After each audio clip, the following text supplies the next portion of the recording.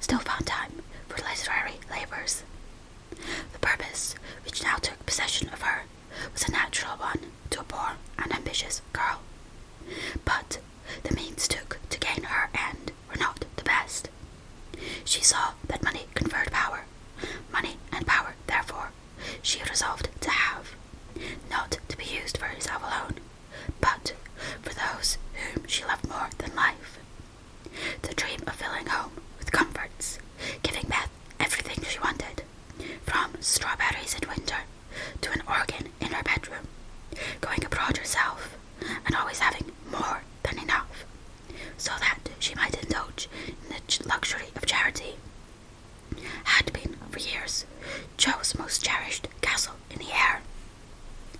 The prize story experience had seemed to open a way which might have long travelling and much uphill work lead to this delightful chateau on Esparge. But the novel disaster quenched her courage for a time, for public opinion is a giant which has frightened stouter-hearted Jacks on bigger beanstalks than hers.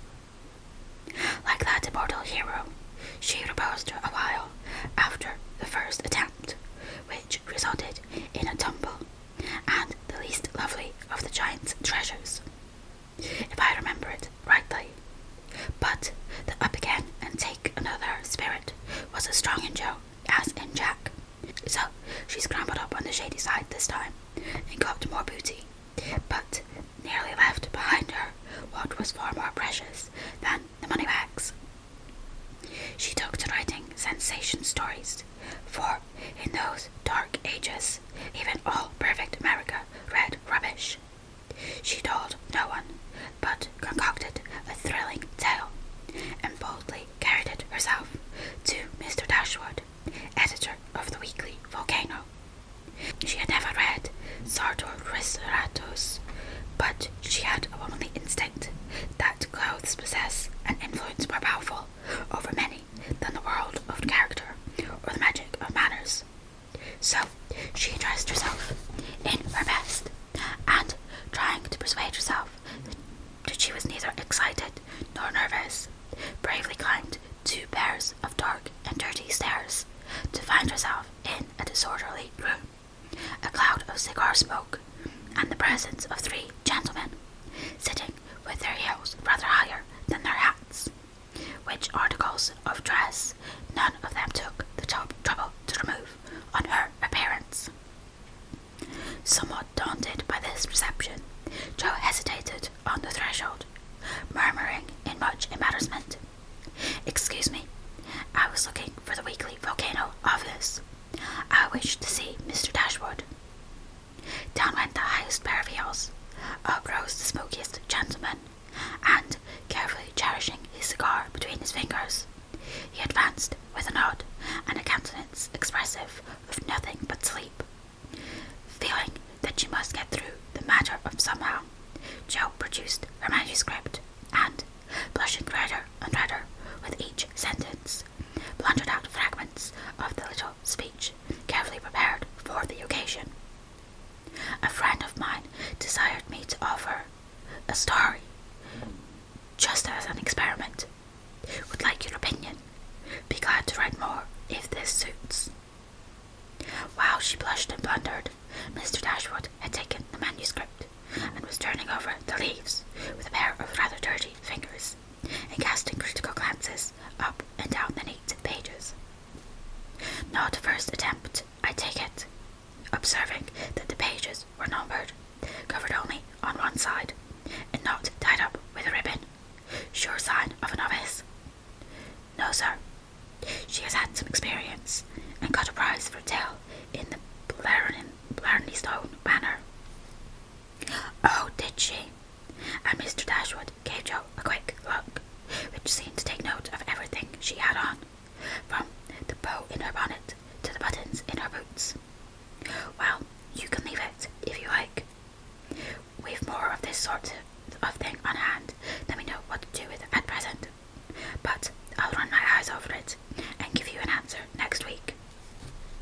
Now, Jo did not like to leave it, for Mr. Dashwood didn't suit her at all, but under the glances, there was nothing for her to do but bow and walk away, looking particularly tall and dignified, as she was apt to do when nettled or abashed.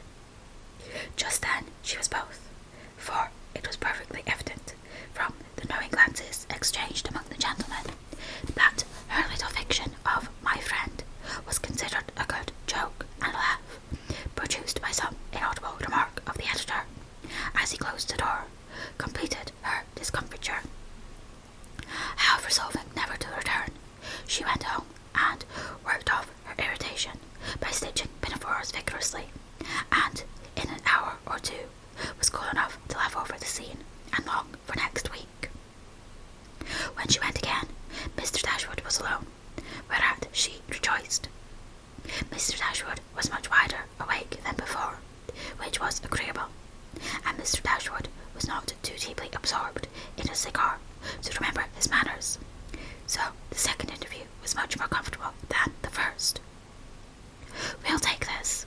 Editors never say aye, if you don't object to a few alterations.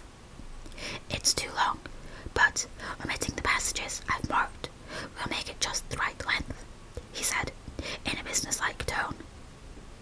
Jo hardly knew her own manuscript again, so crumpled and underscored were its pages and paragraphs, but feeling as a tender parent might on being asked to cut off her baby's legs in order that it might fit into a new cradle, she looked at the marked passages and was surprised to find that all the moral reflections, which she had carefully put in as ballast for much romance, had been stricken out. But, sir, I thought every story should have some sort of moral, so I took care to have a few of my sinners repent. Mr. Dashwood's editorial gravity relaxed into a smile, for Jo had forgotten her friend, and spoken as only an author could. People want to be amused, not preached at, you know. Morals don't sell nowadays, which was not quite a correct statement, by the way. You think it would do with these alterations, then? Yes, it's a new plot, and pretty well worked up, language good, and so on, was Mr. Dashwood's affable reply. That is, what compensation, began Jo, not exactly knowing how to express herself. Oh yes, well, we give from 25 to 30 for things of this sort. Pay when it comes out, returned Mr. Dashwood, as if that point had escaped him. Such trifles often do escape the editorial mind, it is said. Very well, you can have it, said Jo, handing back the story with a satisfied air, for after the $1 a column work, even 25 seemed good pay. Shall I tell my friend you will take another if she has one better than this? Asked Jo, unconscious of her little slip of the tongue, and emboldened by her success. Well, we'll look at it. Can't promise to take it. Tell her to make it short and spicy, and never mind the moral. What name would your friend like to put on it? In a careless tone. None at all, if you please. She doesn't wish her name to appear, and has no nom de plume, said Jo, blushing in spite of herself. Just as she likes, of course. The tale will be out next week. Will you call for the money, or shall I send it? Asked Mr. Dashwood, who felt a natural desire to know who his new contributor might be. I'll call. Good morning, sir. As she departed, Mr. Dashwood put up his feet with the graceful remark, poor and proud as usual, but she'll do. Following Mr. Dashwood's directions, and making Mrs. Northbury her model, Jo rashly took a plunge into the frothy sea of sensational literature. But, thanks to the life-preserver thrown her by a friend, she came up again not much the worse for her ducking. Like most young scribblers, she went abroad for her characters and scenery, and banditti, counts, gypsies, nuns, and duchesses appeared upon her stage, and played their part with as much accuracy and spirit as could be expected. Her readers were not particular about such trifles as grammar, punctuation, and probability, and Mr. Dashwood graciously permitted her fill his columns at the lowest prices,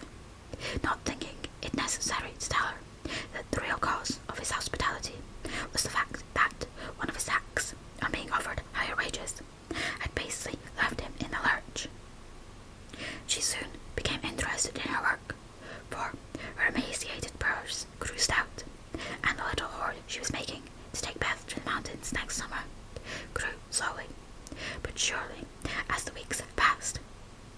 One thing disturbed her satisfaction, and that was she did not tell them at home. She had a feeling that father and mother would not approve, and preferred to have her own way first and beg pardon afterward.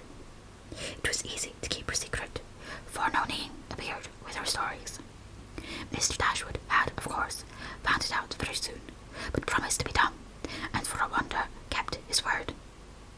She thought it would do her no harm, for she sincerely meant to write nothing of which she would be ashamed, and quieted all pricks of conscience by anticipations of the happy minute when she should show her earnings and laugh over her well-kept secret. But Mr. Dashwood rejected any but thrilling tales, and as thrills could not be produced except by hammering up the souls of the readers, history and romance, land and sea, science and art, police records and lunatic asylums had to be ransacked for the purpose. Jo soon found that her innocent experience had given her but few glimpses of the tragic world which underlies society, so regarding it in a business light, she set about supplying her deficiencies with characteristic energy, eager to find material for stories, and bent on making them original in plot, if not masterly in execution. She searched newspapers for accidents, incidents, and crimes. She excited the suspicions of public librarians by asking for works on poisons. She studied faces in the street, and characters, good, bad, and indifferent, all about her. She delved in the dust of ancient times for facts or fictions so old that they were as good as new, and introduced herself to folly, sin, and misery, as well as their limited opportunities allowed. She thought she was prospering finely, but unconsciously she was beginning to desecrate some of the womanliest attributes of a woman's character. She was living in bad society, and imaginary though it was, its influence affected her, for she was feeding her heart and fancy on dangerous and unsubstantial food, and was fast brushing the innocent bloom from her nature by a premature acquaintance with the darker side of life, which comes soon enough to us all. She was beginning to feel rather than see this, for much describing of other people's passions and feelings set her to studying and speculating about her own, a morbid amusement in which healthy young minds do not voluntarily indulge. Wrongdoings always bring its own punishment, and when Joan most needed hers, she got it. I don't know whether the study of Shakespeare helped her to read character, or the natural instinct of a woman for what was honest, brave, and strong. But while endowing her imaginary heroes with every perfection under the sun, Jo was discovering a live hero who interested her in spite of many human imperfections. Mr. Behere, in one of his conversations, had advised her to study simple, true, and lovely characters wherever she found them, as good training for a writer. Jo took him at his word, for she coolly turned round and studied him, a proceeding which would have much surprised him had he known it, for the worthy professor was very humble in his own conceit. Why everybody liked him was what puzzled Jo at first. He was neither rich nor great, young nor handsome, in no respect what is called fascinating, imposing, or brilliant, and yet he was as attractive as a genial fire, and people seemed to gather about him as naturally as about a warm hearth. He was poor, yet always appeared to be giving something away, a stranger, yet everyone was his friend, no longer young, but as happy-hearted as a boy, plain and peculiar, yet his face looked beautiful to many, and his oddities were freely forgiven for his sake. Jo often watched him, trying to discover the charm, and at decided that it was benevolence which worked the miracle. If he had any sorrow, it sat with his head under its wing, and he turned only his sunny side to the world. There were lines upon his forehead, but time seemed to have touched them gently, remembering how kind he was to others. The pleasant curves about his mouth were the memorials of many friendly words and cheery laughs. His eyes were never cold or hard, and his big hand had a warm, strong grasp that was more expressive than words. His very clothes seemed to partake of the hospitable nature of the wearer. They looked as if they were at ease, and liked to make him comfortable. His capacious waistcoat was suggestive of a large heart underneath. His rusty coat had a social air, and the baggy pockets plainly proved that little hands often went in empty and came out full. His very boots were benevolent, and his collars never stiff and raspy like other people's. "That's it," said Jo to herself, when she at length discovered the genuine goodwill towards one's fellow man could beautify and dignify even a stout German teacher who shoveled in his dinner, darned his own socks, and was burdened with the name of Bahir. Jo valued goodness highly, but she also possessed a most feminine respect for intellect, and a little discovery which she made about the professor added much to her regard for him. He never spoke of himself, and no one ever knew that in his native city he had been a man much honoured and esteemed for learning and integrity, till a countryman came to see him, and, in conversation with Miss Norton, divulged the pleasing fact. From her Jo learned it, and liked it all the better because Mr. Bahir had never told it. She felt proud to know that he was an honoured professor in Berlin, though only a poor language master in America, and his homely, hard-working life was much beautified by the spice of romance which this discovery gave it. Another and a better gift than intellect was shown her in a most unexpected manner. Miss Norton had the entree into most society, which Jo would have had no chance of seeing but for her. The solitary woman felt an interest in the ambitious girl, and kindly conferred many favours of this sort both on Jo and the professor.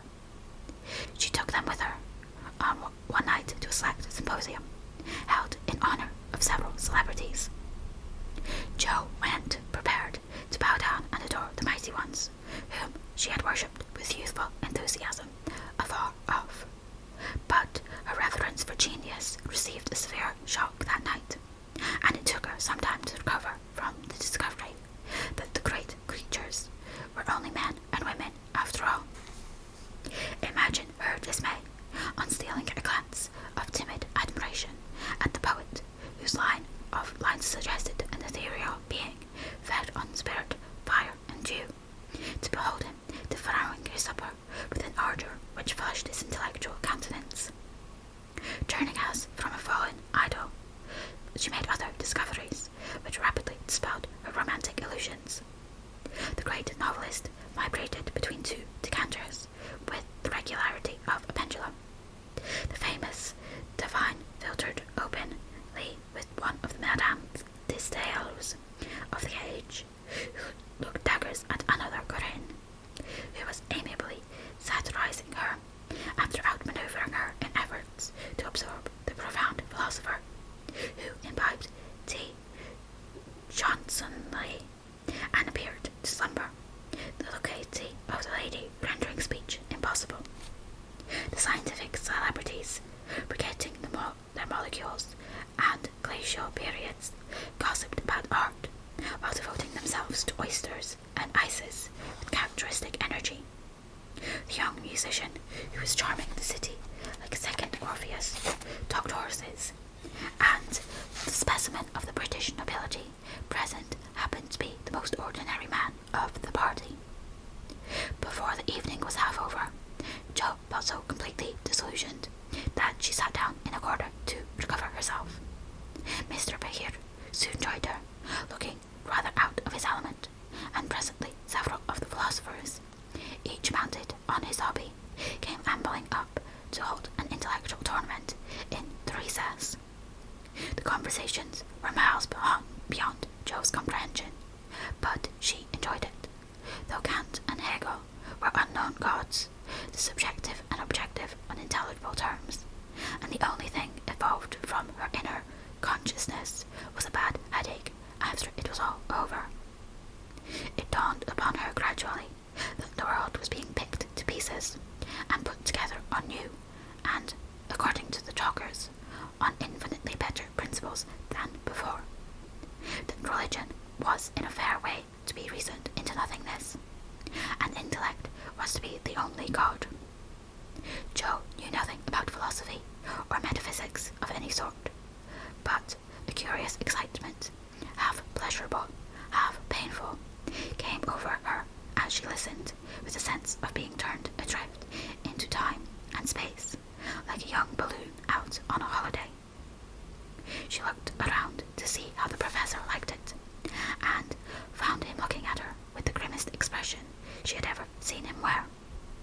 He shook his head and beckoned her to come away, but she was fascinated just then by the freedom of speculative philosophy, and kept her seat, trying to find out what the wise gentleman intended to rely upon after they had annihilated all the old beliefs.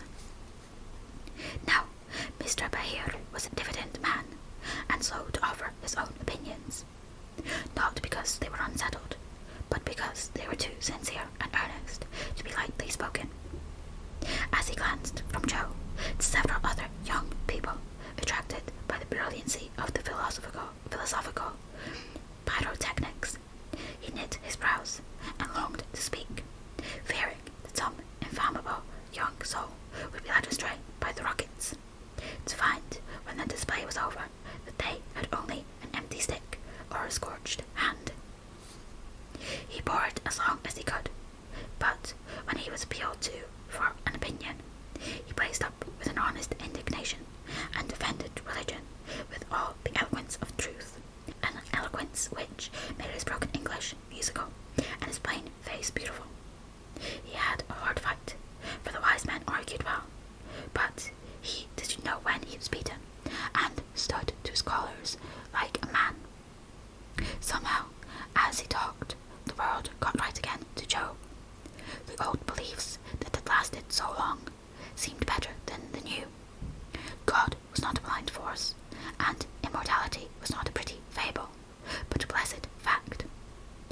She felt as if she had solid ground under her feet again, and when Mr. Bahir paused, out-talked but not one whit convinced, Jo wanted to clap her hands and thank him. She did neither, but she remembered the scene and gave the professor her heartiest respect, for she knew it cost him an effort to speak out then and there, because his conscience would not let him be silent. She began to see that character is a better possession than money, rank, intellect, or beauty, and to feel that if greatness is what a wise man has defined it to be, truth, reverence, and goodwill, then her friend Friedrich Bahir was not only good, but great. This belief strengthened daily. She valued his esteem, she coveted his respect, she wanted to be worthy of his friendship, and just when the wish was sincerest, she came near to losing everything. It all grew out of a cocked hat, for one evening the professor came in to give Jo her lesson with a paper soldier cap on his head, which Tina had put there, and he had forgotten to take off. It's evident he doesn't look in this glass before coming down, thought Jo, with a smile as he said, "Good evening," and sat soberly down, quite unconscious of the ludicrous contrast between his subject and his headgear, for he was going to read her The Death of Wallenstein. She said nothing at first, for she liked to hear him laugh out his big, hearty laugh when anything funny happened, so she left him to discover it for himself, and presently forgot all about it, for to hear a German read Sinclair is rather an absorbing occupation. After the reading came the lesson, which was a lively one, for Jo was in a gay mood,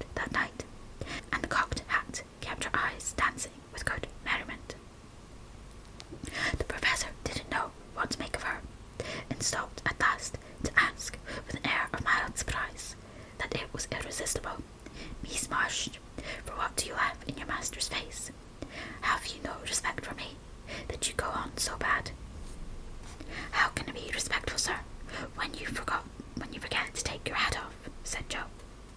Lifting his hand to his head, the absent-minded professor gravely felt and removed the little cocked hat, looked at it a minute, then threw back his head and laughed like a merry bass viol. Ah, I see him now. It is that imp Tina who makes me a fool with my camp. Well, it is nothing, but see you, if this lesson goes not well, you too shall wear him.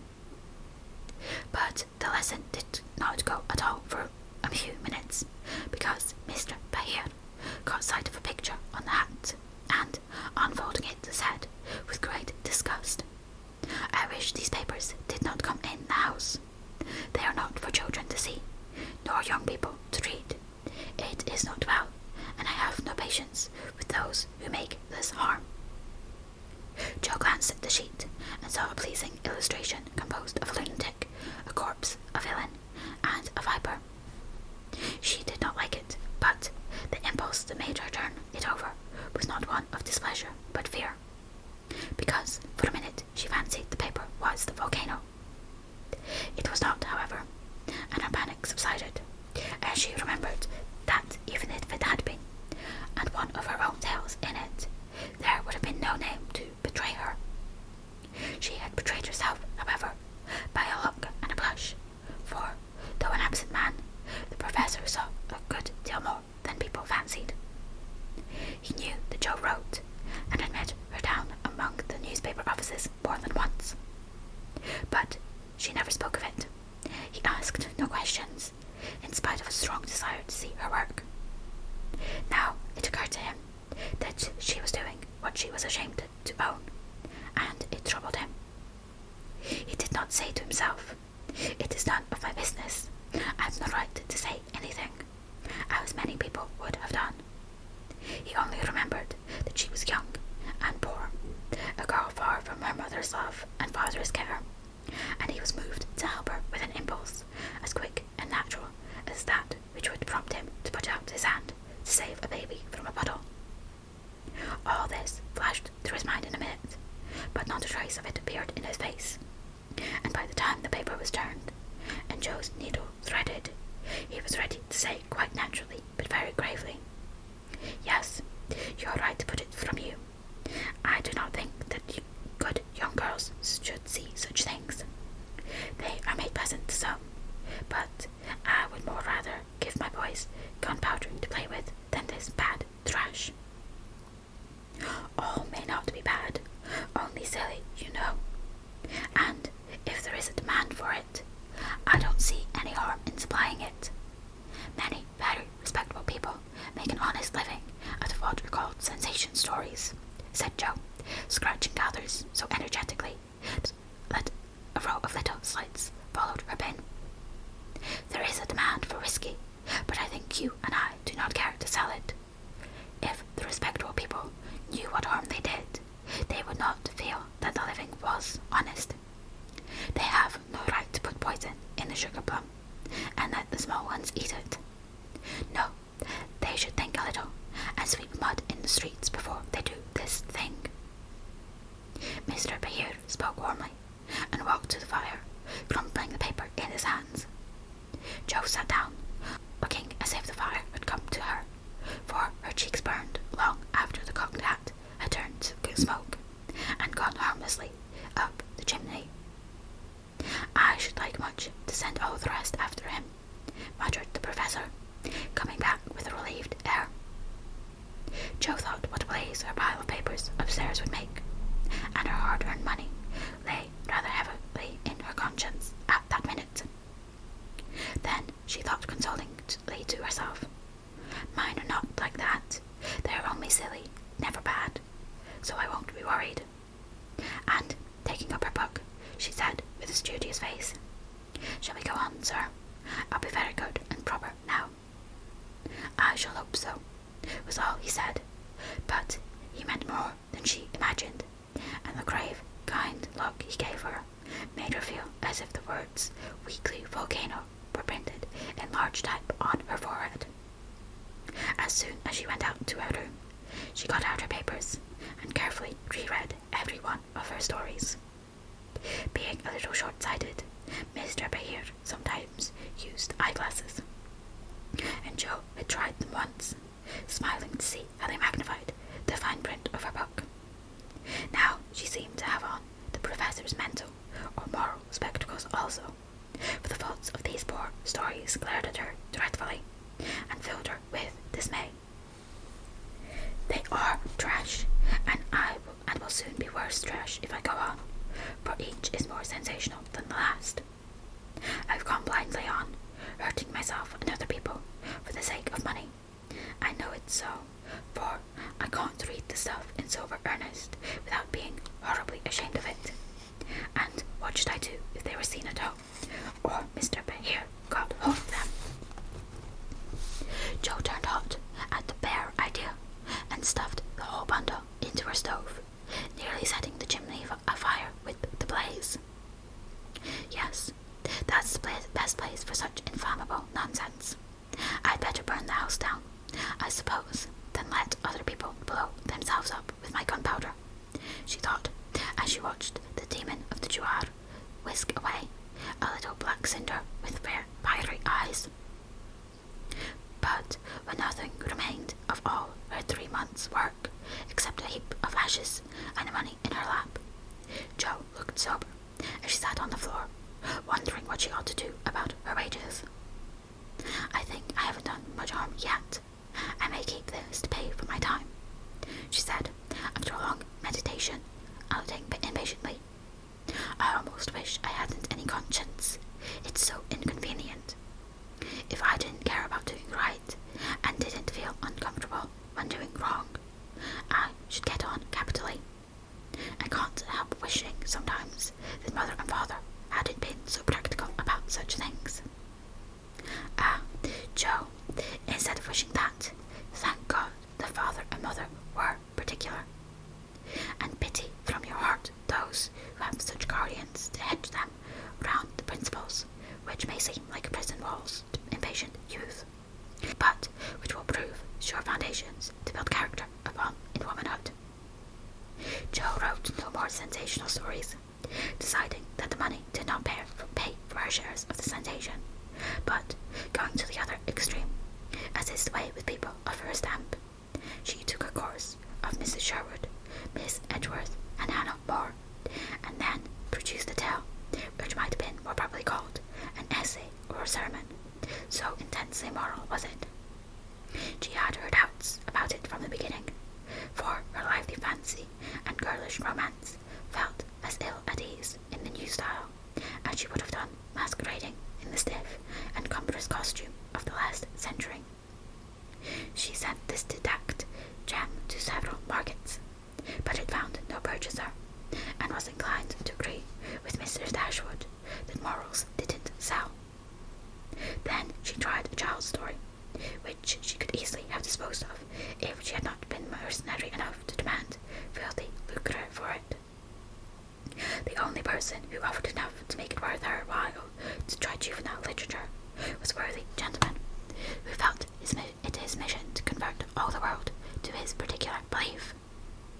But, much as she liked to write for children, Jo could not consent to depict all her naughty boys as being eaten by bears or tossed by mad bulls because they did not go to a particular Sabbath school, nor all the good infants who did go as rewarded by every kind of bliss, from gilded gingerbread to escorts of angels, when they departed this life with psalms or sermons on their lisping tongues. So nothing came of these trials, and Jo corked up her inkstand and said in a fit of very wholesome humility, I don't know anything. I'll wait until I do, before I try again, and meantime sweep mud in the street, if I can't do better. That's honest at least. Which decision proved that her second tumble down the beanstalk had done her some good. While these internal revolutions were going on, her external life had been as busy and uneventful as usual, and if she sometimes looked serious or a little sad, no one observed it but Professor Bahir.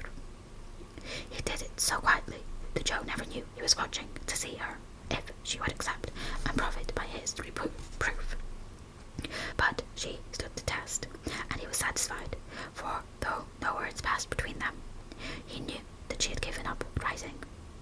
Not only did he guess it, but the fact that the second finger of her right hand was no longer inky, but she spent her evenings downstairs now, was met no more among newspaper offices, and studied with a dogged patience, which assured him that she was bent on occupying her mind with something useful, if not pleasant. He helped her in many ways, proving himself a true friend, and Joe was happy, for while her pen lay idle, she was learning other lessons beside German, and laying a foundation for the sensation story of her own life. It was a pleasant winter, and a long one, for she did not leave Mrs. Kirk till June. Everyone seemed sorry when the time came. The children were inconsolable, and Mr. Behir's hair stuck straight up all over his head, for he always rumbled it wildly when disturbed in mind. Going home. Ah, you are happy that you have a home to go in, he said, when she told him, and sat silently pulling his beard in the corner, while she held a little levee on that last evening. She was going early, so she bade them all goodbye overnight, and when his turn came, she said warmly, "Now, sir, you won't forget to come and see us if you ever travel our way, will you? I'll never forgive you if you do, for I want them all to know my friend." "Do you? Shall I come?" he asked, looking down at her with an eager expression, which she did not see. "Yes, come next month. Laurie graduates then, and you'd enjoy commencement as something new." "That is your best friend of whom you speak," he said in an altered tone. "Yes, my boy Teddy. I'm very proud of him, and should like you to see him." Joe looked up then, quite unconscious of anything but her own pleasure in the prospect of showing them to one another.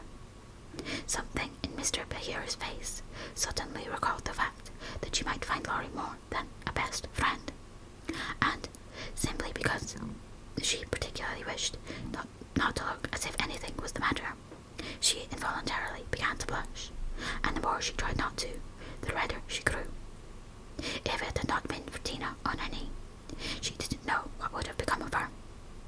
Fortunately, the child was moved to hug her, so she managed to hide her face an instant, hoping the professor did not see it. But he did, and his own changed again from that momentary anxiety to its usual expression, as he said cordially, "I fear I shall not make the time for that, but I wish his friend much success, and you all happiness. God bless you." And with that he shook hands warmly, shouldered Tina, and went away.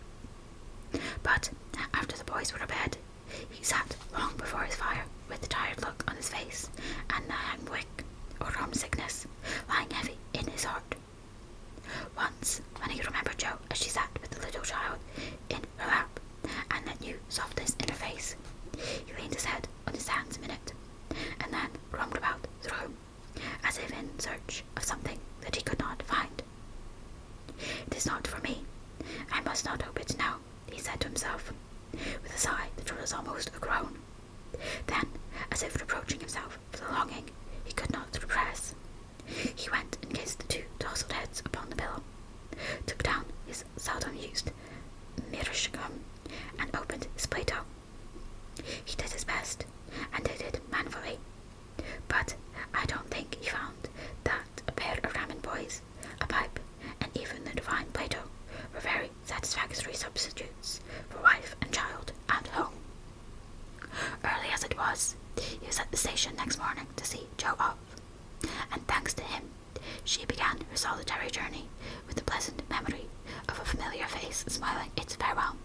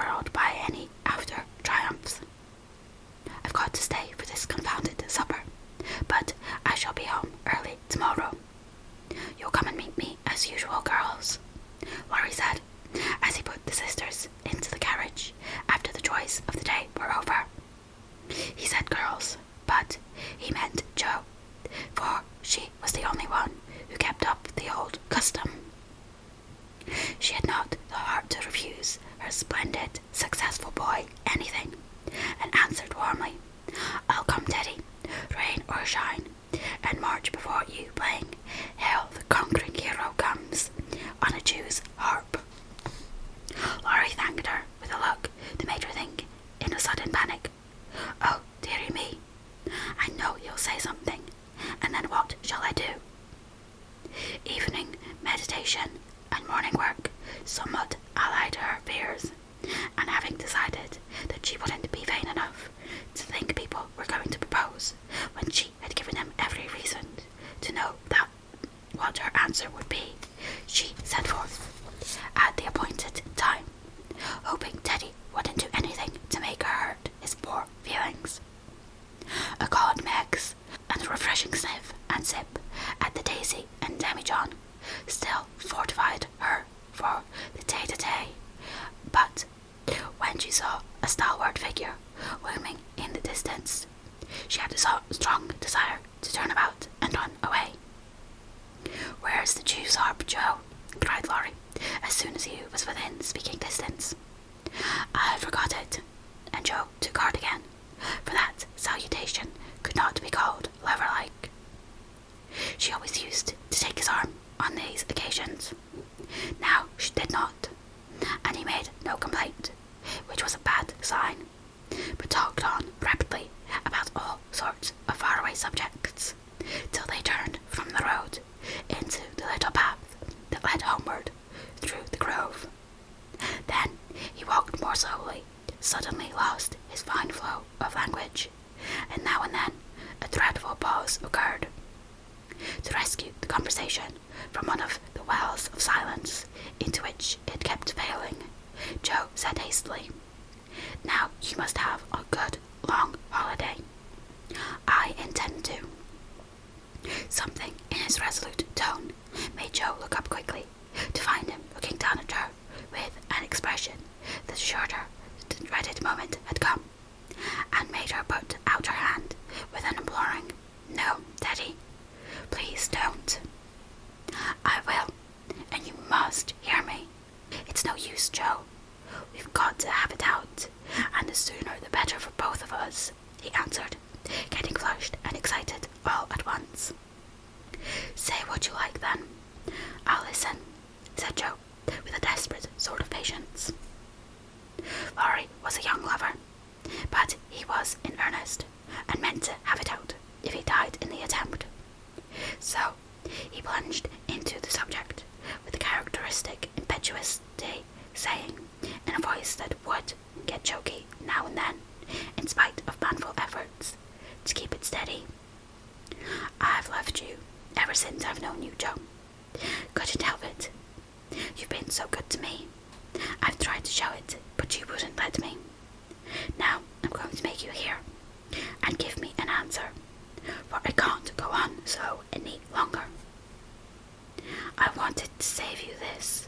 I thought you'd understand, began Joe, finding it a great deal harder than she had expected. I know you did, but girls are so queer, you never know what they mean. They say no when they mean yes, and drive a man out of his wits just for the fun of it, returned Laurie, entrenching himself behind an undeniable fact. I don't. I never wanted to make you care for me so, and I went away to keep you from it if I could. I thought so. It was like you, but it was no use. I only loved you all the more, and I worked hard to please you, and gave up billiards and everything you didn't like, and waited, and never complained, for I hoped you'd love me, though I'm not half good enough. Here there was a joke that couldn't be controlled, so he decapitated Buttercups, while he cleared his confounded throat. Yes, you are. You're a great deal too good for me, and I'm so grateful to you, and so proud and fond of you. I don't know why I can't love you as you want me to. I've tried, but I can't change the feeling, and it would be a lie to say I do when I don't.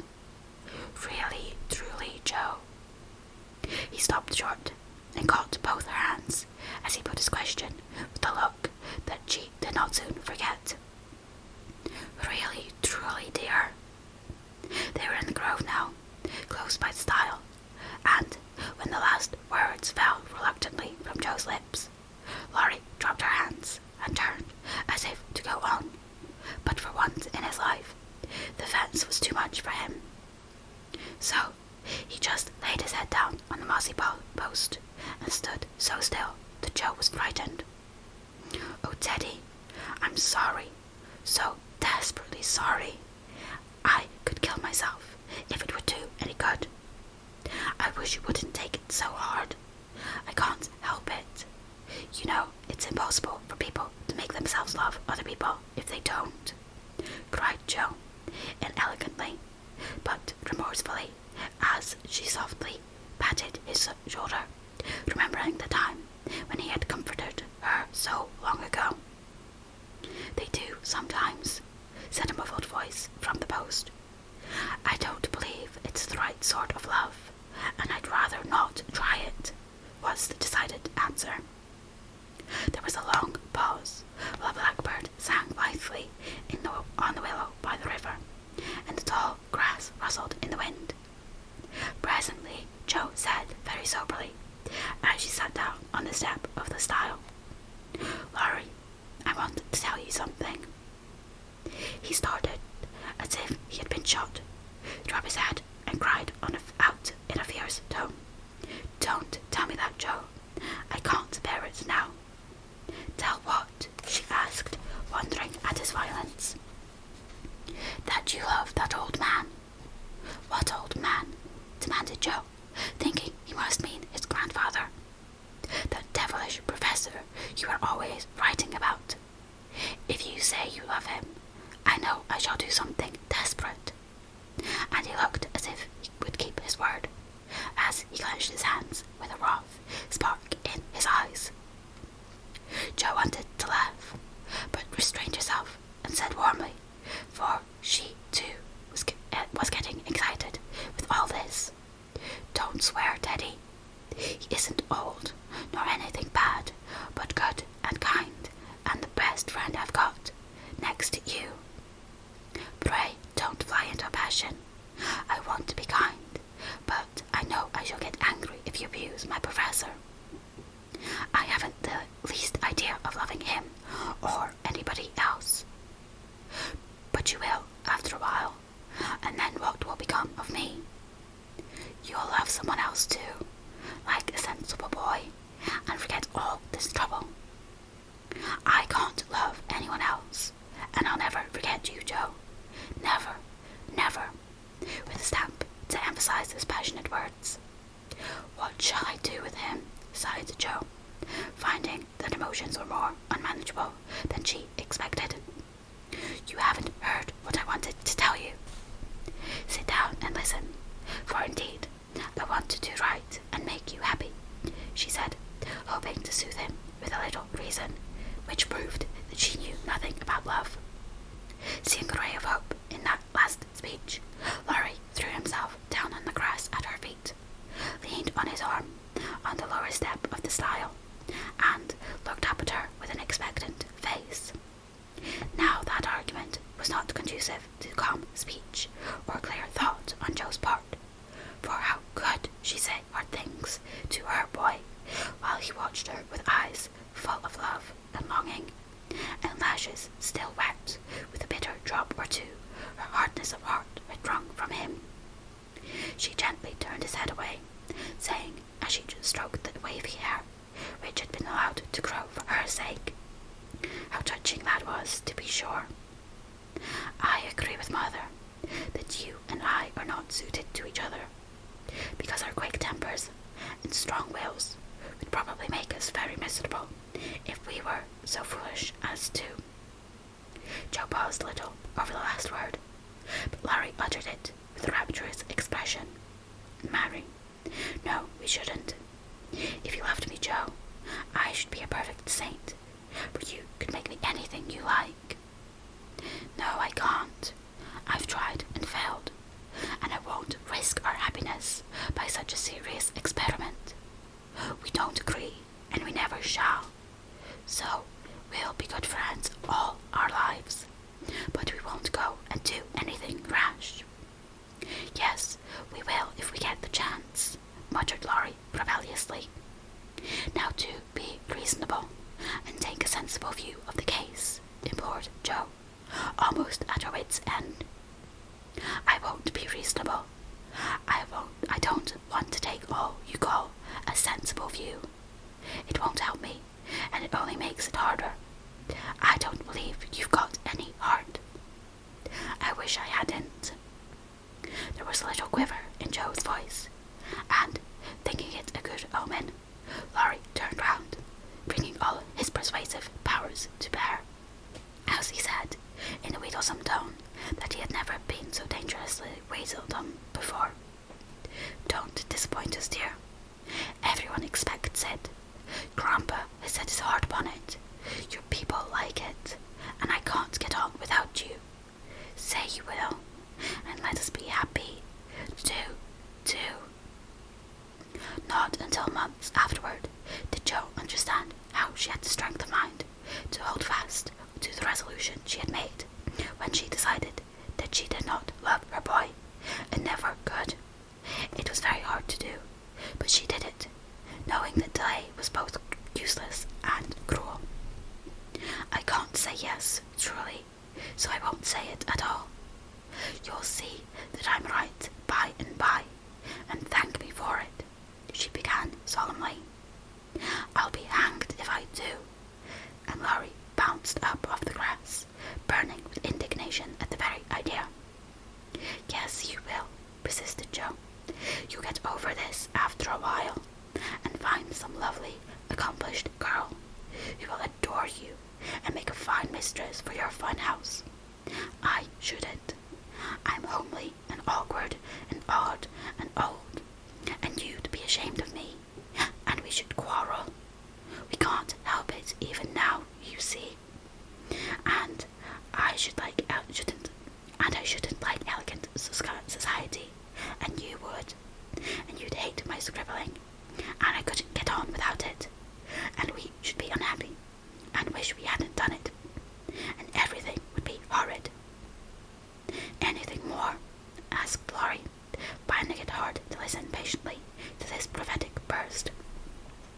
Nothing more, except that I don't believe I shall ever marry. I'm happy as I am, and love my liberty too well to be in a hurry to give it up for any mortal man. I know better, broke in Laurie. You think so now, but there'll come a time when you will care for somebody. You, and you'll love him tremendously, and live and die for him. I know you will. I think it's your way, and I shall have to stand by and see it. And the despairing lover cast his hat upon the ground with a gesture that would have seemed comical if his face had not been so tragic. Yes, I will live and die for him, if he ever comes and makes me love him in spite of myself. And you must do the best you can, cried Jo, losing patience with poor Teddy. I've done my best, but you won't be reasonable, and it's selfish of you to keep teasing for what I can't give. I shall always be fond of you, very fond indeed, as a friend, but I'll never marry you, and the sooner you believe it, the better for both of us. So now. That speech was like gunpowder.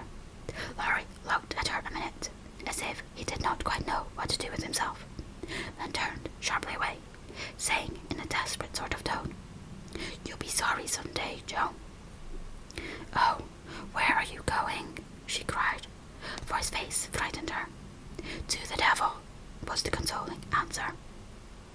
For a minute, Jo's heart stood still, as he swung himself down the bank toward the river. But it takes much folly, sin, or misery to send a young man to a violent death, and Laurie was not one of the weak sort who are conquered by a single failure. He had no thought of melodramatic plunge, but some blind instinct led him to fling hat and coat into his boat and row away with all his might, making better time up the he had done in any race. Jo drew a long breath and unclasped her hands as she watched the poor fellow trying to outstrip the trouble which he carried in his heart. That will do him good, and he'll come home in such a tender, penitent state of mind that I shan't dare to see him, she said, adding, as she went slowly home, feeling as if she had murdered some innocent thing and buried it under the leaves. Now I must go and prepare Mr. Lawrence to be very kind to my poor boy. I wish he'd love Beth. Perhaps he may in time, but I begin to think I was mistaken about her. Oh dear, how can girls like to have lovers and refuse them? I think it's dreadful. Being sure that no one could do it so well as herself, she went straight to Mr. Lawrence, told the hard story bravely through, and then broke down, crying so dismally over her own insensibility that the kind old gentleman, though sorely disappointed, did not utter a reproach. He found it difficult to understand how any girl could help loving Laurie, and hoped she would change her mind. But he knew even better than Jo that love could not be forced. So he shook his head sadly and resolved to carry his boy out of harm's way, for young impetuosity's parting words to Jo disturbed him more than he would confess. When Laurie came home, dead tired but quite composed, his grandfather met him as if he knew nothing, and kept up the delusion very successfully for an hour or two. But when they sat together in the twilight, the time they used to enjoy so much, it was hard work for the old man to ramble on as usual, and harder still for the young one to listen to praises for the last year's success, which to him now seemed like love's labour lost. He bore it as long as he could, then went to his piano and began to play. The windows were open, and Jo, walking in the garden with Beth, for once understood music better than her sister, for he played the Sonata Pathétique, and played it as he never did before. That's very fine, I dare say, but it's sad enough to make one cry. Give us something gayer, lad, said Mr. Lawrence, whose kind old heart was full of sympathy, which he longed to show, but knew not how. Laurie dashed into a livelier strain, played stormily for several minutes, and would have got through bravely if, in a momentary lull, Mrs. March's voice had not been heard calling, "Jo dear, come in, I want you." Just what Laurie longed to say, with a different meaning. As he listened, he lost his place. The music ended with a broken chord, and the musician sat silent in the dark. "I can't stand this," muttered the old gentleman. Up he got, groped his way to the piano, laid a kind hand on either of the broad shoulders, and said, as gently as a woman, "I know, my boy, I know." No answer for an instant. Then Laurie asked sharply, "Who told you?" "Jo herself." "Then there's an end of it," and he shook off his grandfather's hand with an impatient motion, for, though grateful for the sympathy, his man's pride could not bear a man's pity. "Not quite. I want to say one thing, and then there shall be an end of it," returned Mr. Lawrence, with unusual mildness. "You won't care to stay at home now, perhaps? I don't intend to run away from a girl. Jo can't prevent my seeing her, and I shall stay and do it as long as I like," interrupted Laurie in a defiant tone. "Not if you are the gentleman I think you. I'm disappointed, but the girl can't help it, and the only thing left for you to do is to go away for a time. Where will you go?" "Anywhere. I don't care what becomes of me." And Laurie got up with a reckless laugh that grated on his grandfather's ear. "Take it like a man, and don't do anything rash, for God's sake. Why not go abroad as you planned and forget it?" "I can't. But you've to go, and I promised you should when you got through college. Ah, but I didn't mean to go alone." And Laurie walked fast through the room with an expression which it was well his grandfather did not see. "I do not ask you to go alone. There's someone ready and glad to go with you anywhere in the world." "Who, sir?" stopping to listen. "Myself." Laurie came back as quickly as he went and put out his hand, saying huskily, "I'm a selfish brute, but, you know, grandfather, Lord help me, yes, I do know, for I've been through it all before, once in my young days, and then with your father. Now, my dear boy, just sit quietly down and hear my plan. It's all settled, and can be carried out at once," said Mr. Lawrence, keeping hold of the young man as if fearful that he would break away as his father had done before him. "Well, sir, what is it?" said Laurie, and Laurie sat down without a sign of interest in face or voice. "There is business in London that needs looking after. I meant you should attend to it, but I can do it better myself, and things here will get on very well with Brooke to manage them. My partners do almost everything. I'm merely holding on until you take my place, and can be off at any time." "But you hate travelling, sir." "I can't ask it of you at your age," began Laurie, who was grateful for the sacrifice, but much preferred to go alone, if he went at all. The old gentleman knew that perfectly well, and particularly desired to prevent it, for the mood in which he found his grandson assured him that it would not be wise to leave him to his own devices. So, stifling a natural regret at the thought of the home comforts he would leave behind him, he said stoutly, "Bless your soul, I'm not superannuated yet. I quite enjoy the idea. It will do me good, and my old bones won't suffer, for travelling nowadays is almost as easy as sitting in a chair." A restless movement from Laurie suggested that his chair was not easy, or that he did not like the plan, and made the old man add hastily, "I don't mean to be a marblot or a burden. I go because I think you'd feel happier than if I was left behind. I don't intend to gad about with you, but leave you free to go where you like, while I amuse myself in my own way. I've friends in London and Paris, and should like to visit them. Meantime, you can go to Italy, Germany, Switzerland, where you will, and enjoy pictures, music, scenery, and adventures to your heart's content." Now, Laurie felt just then that his heart was entirely broken, that the world a howling wilderness. But at the sound of certain words, which the old gentleman artfully introduced into his closing sentence, the broken heart gave an unexpected leap, and a green oasis or two suddenly appeared in the howling wilderness. He sighed, and then said in a spiritless tone, "Just as you like, sir.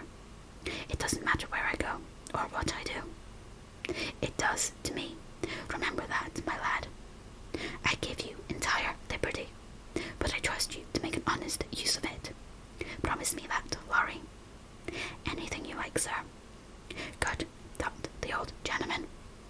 "You don't care now, but there will come a time when I promise will keep you out of mischief, or I'm much mistaken." Being an energetic individual, Mr. Lawrence struck while the iron was hot, and before the blighted being recovered spirit big enough to rebel, they were off.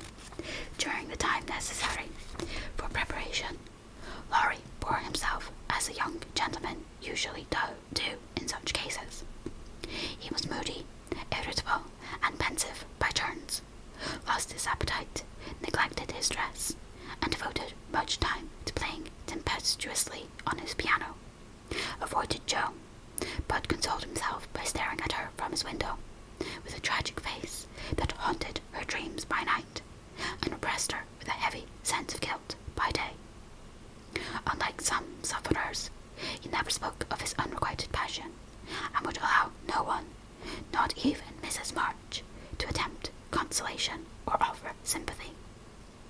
On some accounts, there was a relief to his friends, but the weeks before his departure were very uncomfortable, and everyone rejoiced that the poor dear fellow was going away to forget his trouble and come home happy. Of course, he smiled darkly at their delusion, but passed it by with the sad superiority of one who knew that his fidelity, like his love, was unalterable. When the parting came, he affected high spirits to conceal certain inconvenient emotions, which seemed inclined to assert themselves. This gaiety did not impose upon anybody, but they tried to look as if it did for his sake. And he got on very well, till Mrs. March kissed him with a whisper full of motherly solicitude. Then, feeling like that he was going very fast, he hastily embraced them all round, not forgetting the afflicted Hannah, and ran downstairs as if for his life. Jo followed a minute after to wave her hand to him if he looked round. He did look round, came back, put his arms about her as she stood on the step above him, and looked up at her with a face that made his short appeal eloquent and pathetic. "Oh, Jo, can't you? Teddy dear, I wish I could." That was all, except a little pause. Then Laurie straightened himself up. "It's all right, never mind," and went away without another word.